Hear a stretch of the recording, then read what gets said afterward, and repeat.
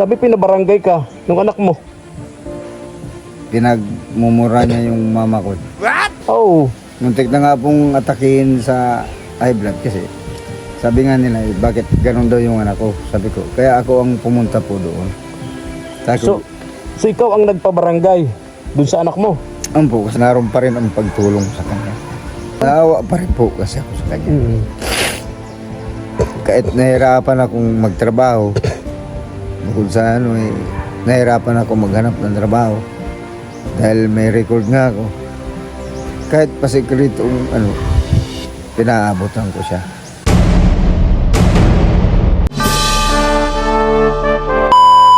Subscribe to my channel. Good morning, ang mapagpalang umaga po sa ating lahat, mga katuwang.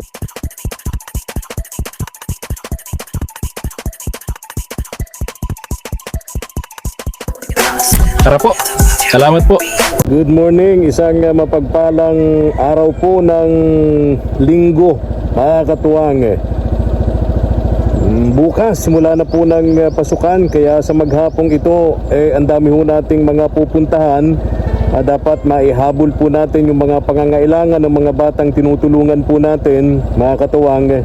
Samahan niyo po ako ngayong umaga, pupuntahan natin si Lola Nits, yung kanyang mga apo. Kumustahin natin kung nabili na po ni Lola Nits yung mga pinabibili ko po sa kanya ng mga gamit ng mga bata, no, nung kanyang mga apo, mga katuwang, nung huling punta ko rito. Tara po, samahan niyo po ako dito, tara. Diyan sa unahan po niyan may isang private resort na pag-aari ng isa sa mga kaibigan natin, isa sa mga big time contractor dito po sa amin. Yan, papasok po tayo sa resort sa una-unahan. Tapos sa likod niyan, lalabas tayo ng resort, andun po yung bahay sa gubat ni na Lola Nita. Tara po. Sa resort, pumasok tayo rito. Lalabas tayo doon, mga katuwang. Lalabas tayo doon. Doon sila Lola Nita. Resort dito, mga katuwang. Pag-aari ng sa mga kaibigan natin. Di pa ito masyadong tapos, kaya natapos pa lang ito. Malawak na resort. Tapos dito tayo, diyan tayo pupunta sa labas ng resort na ito. Pasok tayo doon sa harap. Lalabas tayo dito sa resort. Dito yung bahay ni na Lola Nita at mga apo nito. Sana nabili po ni Lola Nita yung mga gamit sa eskwela ng mga apo niya. Kabilin-bilinan ko sa kanya, yun yung pinadala nun ni Ma'am Shirley. And megalab shout out kay Ma'am Shirley at sa kanyang napaka-supportive husband, si Sir Stefan of Switzerland. Nadidinig ko na yung tahol ng mga aso ni Lola Nits, Lola Nita. Sana maabutan ko sila rito, mga katuwang, kasi maagang umaalis yun. Pero Sunday ngayon, pupunta sila sa chapel ni Pastora Brenda. Sigurado andito yun. Uy, parang wala. Tao po! Tao po! Daming aso pala ni Lola Nita, oh. Tao po! Tao po! Tao po! Sabit-sabit na yung pa ako dito, may ano pala dito, may tansi. Ano to? Kasabit-sabit na yung pa ako dito, may tansi. Ay, gandang umaga sa'yo. Dami niyong aso. Damit ka, magdamit ka.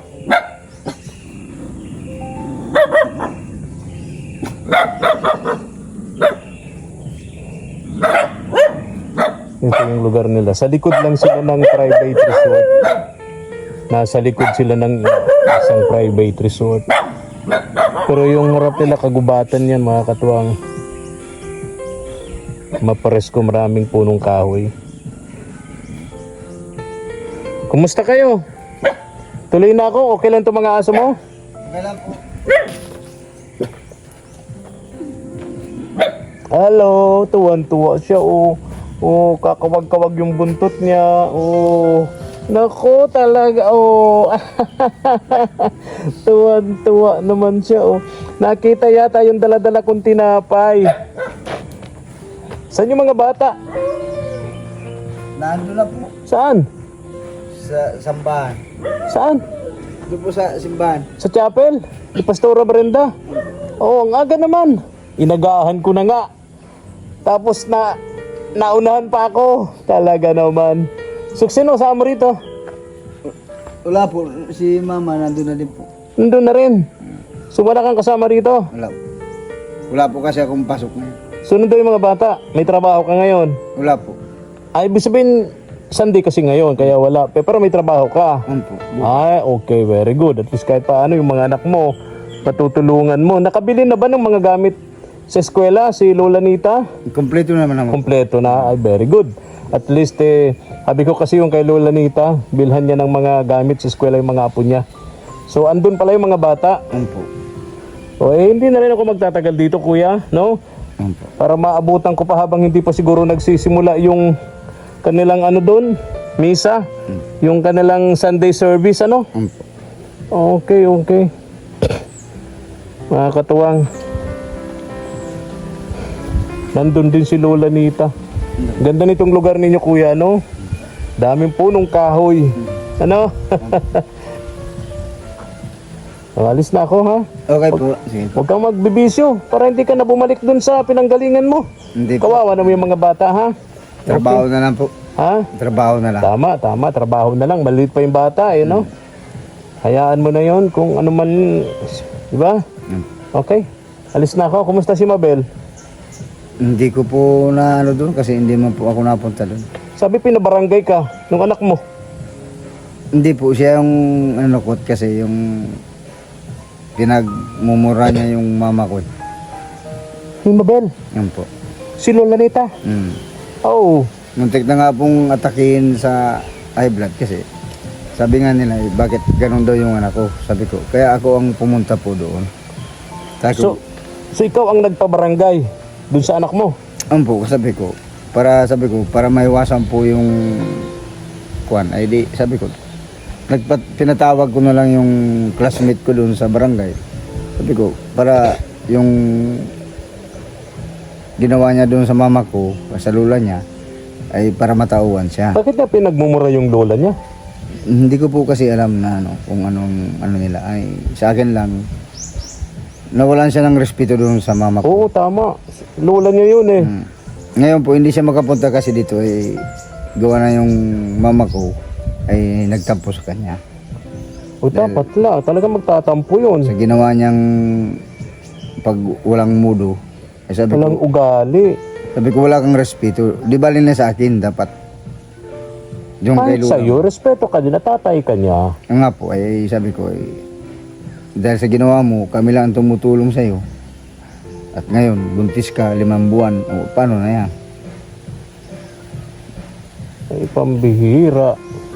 Nangyari kay Mabel, ano? Kaya nga po, kahit pa sekreto, ay pinaabutan ko yung anak ko. Sa sekreto. Oh, hindi man alam ng mama ko, ay pinaabutan ko pa rin. Kahit galit ka, ando ka pa rin bilang ama, naawa ka pa rin sa kanya. Ano po? Tama iyon, tama iyon. Dapat sekreto, hindi niya alam para baka ibig sabihin baka tinutolerate mo siya dun sa kanyang maling asal, ano? Tama iyon. Malungkot sa ating mga magulang, malungkot kung mayroong kanyang anak, di ba? Nakakaiyak talaga yan, no? Di ba? Kayak po kasi sabi ko sa kanya, huwag na yung ulitin. Kahit pa paano ay naroon pa rin ang pagtulong ko sa kanya. Bilang magulang. Sabi ko nga po sa kanya, marami pa akong pinag-aaral at marami pa man akong bubuhayin. Sabi ko, kung hindi siya nag-asawa ka, di sana maayos pa rin ang kalagayan niya. Sana nag-i-eskwela siya ngayon, ano? May tumutulong naman sa kanya si Ma'am Shirley. Gusto siya makatapos kahit high school man lang, di ba? Naawa pa rin po kasi ako sa kanya. Mm. Kahit nahirapan akong magtrabaho, bukod sa ano nahirapan ako maghanap ng trabaho. Dahil may record nga ako. Kahit pa sekretong pinaabutan ko siya. Kahit nagagalit sa akin yung lola niya, bakit daw kailangan padalahan ko pa? Sabi ko, anak ko yun. Hindi ko kasi kayang tiisin. Kaya sabi ko, sorry ma. Anak ko pa rin yung kahit anong mangyari. Tama. Ay nako, masakit ano sa ating mga magulang kapag may ganyan tayong anak, di ba? Anyway, ang magagawa lang natin diyan, ipag-pray natin. Ano, isama natin sila araw-araw sa mga dasal natin, kuya, ano? Kaya nga sabi niya, sana pa papatawad ako ni Lola. Sabi ko, hindi ka sa akin maghingi ng tawad. Kay Lola mo. Sa akin ako, kahit anong naging kasalanan ko at naging kasalanan mo sa akin, tinanggap pa rin kita. Hindi sa akin maghingi ng tawad doon kay Lola mo. Kumusta na yung asawa mo? Dati, Wala na po. hindi ka na ginugulo. Kasi po nung ginulo pa rin niya ako, kukunin yung mga bata.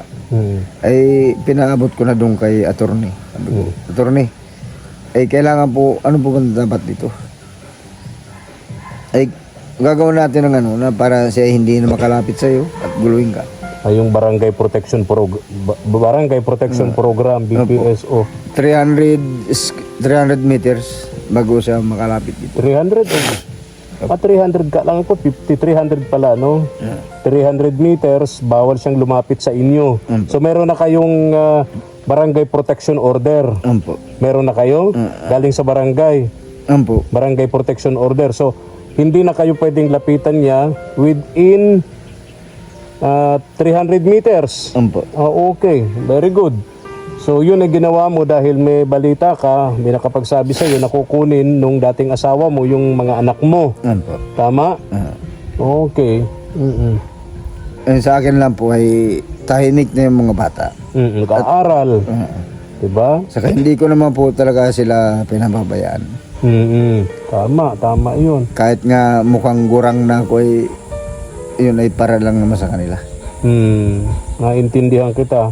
Lalo siyempre may nakaraan ka, may naging record ka, no? Opo, masakit din para sa akin. Siyempre, wala akong katuwang ay siyempre nakakaano din. Oo.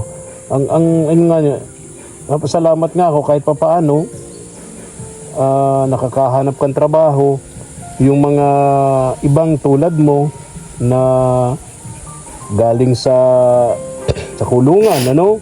Hirap makahanap trabaho, di ba? Opo. Kilala naman po kasi nila ako kasi hindi naman talaga totally masamang tao. Oo. Hindi naman sa pagnanakaw ang naging kaso mo, hindi naman sa pang-hold up o kung ano pa man. Ang naging kaso mo ang tawag dito, kagagawan ng dati mong asawa. Opo. Di ba? Ako naman po talaga hindi naman talaga ako likas na masama. Ako yung mabait naman. Saka hindi ko naman sila pinabayaan. Yun naman po talaga kagagawa ng dating asawa ko para sila makabuelo. Kaya ka nakulong para sila makabuelo, ano? Kaya hanggang ngayon, dala ko pa rin yung sama ng loob. Kaya sana wag na kaming magkita. Kasi naramdam ko pa yung sakit eh. Hindi mo kayang makita. Hindi. Asan sila ngayon? Manila. Hindi ko po alam. Ayun. Sige, hindi na ako magtatagal dito. Ampo. Ha? At kailangan makausap ko si Lola Nita. Puntahan ko dun sa chapel ni Pastora Brenda, ano? Ampo. So pahinga ka muna, pasensya na, aga ako. Natutulog si Kuya dyan sa duyan. Hindi po. Ginising ko. Nagpapahinga lang po kasi ako. Yung mga bata kasi po ay kaalis lang. Di kami nagsalubong, ano? Tapos lang po nilang magligo. Kaya sabi ko, ang-antay lang po din. Sabi ko mapapahinga ako at gawa ng linggo naman. Ay Oo bukas. nga, tama naman, pahinga naman. At bukas po ay may pasok naman ako. Oo, trabaho naman, ano? Okay. Alis na rin ako. Pupuntahan ko sila sa chapel ni Pastora Brenda. Sige Sana maabutan ko, hindi pa nagsisimula yung Sunday service nila, no? Ma'am po. Para makausap ko. Alis muna ako, ha? Sige po, ingat po, Oo. ingat. Salamat. Salamat din po. Katuwang, balikan po natin si Lola Nits at mga apo niya. Doon tayo kay Pastora Brenda. Buti pang dumaan ako doon kanina. Kaya pala pagdaan ko rin mga katuwang, parang may humihila sa akin sa pagdaan ko sa tapat ng chapel ni Pastora Brenda. Yung pala nandun yung maglolola. Pasok ulit tayo dito sa private resort nung sa mga kaibigan ko. Efren din ang pangalan. Efren din ang pangalan, may-ari ng resort na ito, kaibigan natin. Ayun yung motor natin, oh.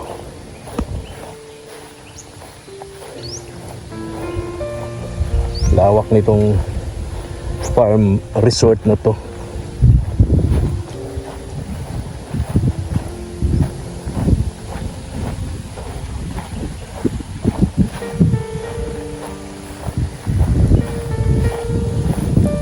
Tayo sa chapel.